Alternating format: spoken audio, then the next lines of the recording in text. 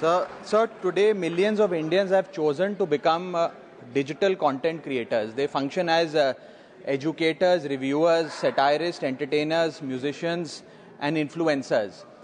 ये सही मायने में सर भारत के ग्रास रूट कम्युनिकेटर बन गए हैं और इनका यूट्यूब चैनल हो या इंस्टाग्राम पेज हो, ये इनके लिए सोर्स ऑफ एंटरटेनमेंट नहीं बल्कि इनकी सोर्स ऑफ इनकम है, इनका एसेट है. It is the fruit of their hard work.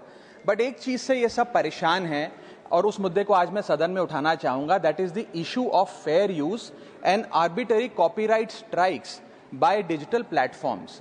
Sir होता क्या है कि अगर एक कंटेंट क्रिएटर कुछ सेकंड, चंद सेकंड, 2-3 सेकंड के लिए कॉपीराइटेड कंटेंट को रीपर्पस करके कमेंट्री, क्रिटिसिज्म, पैरोडी, एजुकेशनल या न्यूज रिपोर्टिंग पर्पसेस के लिए यूज करता है, चाहे वो क्रेडिट देता हो, उसको इंसिडेंटली यूज करता हो, कॉपीराइट स्ट्राइक मारकर उसके जो उसकी यूट्यूब चैनल है, प्रॉपर्टी है या इंस्टाग्राम पेज है, उसे वाइप आउट कर दिया जाता है और उसकी सालों की मेहनत चंद मिनटों में समाप्त हो जाती है. Sir, livelihoods must be decided by law and not by arbitrary algorithms.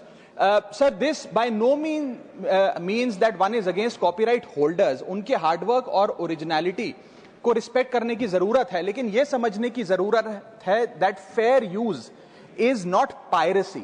Fair use where sometimes the purpose of using this content is incidental or transformative must not tantamount to wiping out somebody's hard work. Sir, because innovation cannot grow in fear and creativity cannot survive under threat.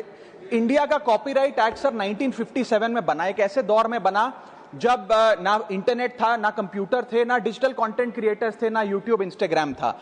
And this act lakhs the very definition of digital creators. ये fair dealing की बात करता है, लेकिन fair dealing की बात किताबों, magazine और जर्नल के कॉन्टेक्स्ट में करता है, जो उस दौर की इंफॉर्मेशन डिसेमिनेशन के सोर्सेज थे, ना कि आज के दौर की. इसीलिए मैं 3 मांगे आज सदन में लेकर आया हूं. मेरी पहली मांग है, amend the copyright act of 1957 and define digital fair use. परिभाषित करिए कि ट्रांसफॉर्मेटिव यूज क्या है, जैसे कि commentary, satire, critic, explanation. Define करिए कि इंसिडेंटल यूज क्या होता है, कि अगर बैकग्राउंड में ऑडियो विजुअल चंद सेकंड्स के लिए चले तो वो इंसिडेंटल यूज है या पूरे कंटेंट को वो वाइप आउट करें. Proportionate use, educational use, public interest use and non commercial use की परिभाषा देने की आज आवश्यकता है. दूसरी मेरी मांग है sir, bring in the proportionality doctrine in copyright enforcement. कि बैकग्राउंड में मान लीजिए कुछ सेकंड के लिए कोई वीडियो और साउंड चला, उसका यह मतलब नहीं होना चाहिए कि कंटेंट क्रिएटर की सालों की मेहनत कुछ चंद सेकंड्स में समाप्त हो जाए. My third demand sir is that mandatory due process before take down. किसी का भी Triji Shivaji. Thank you, Mr. Chairman, sir.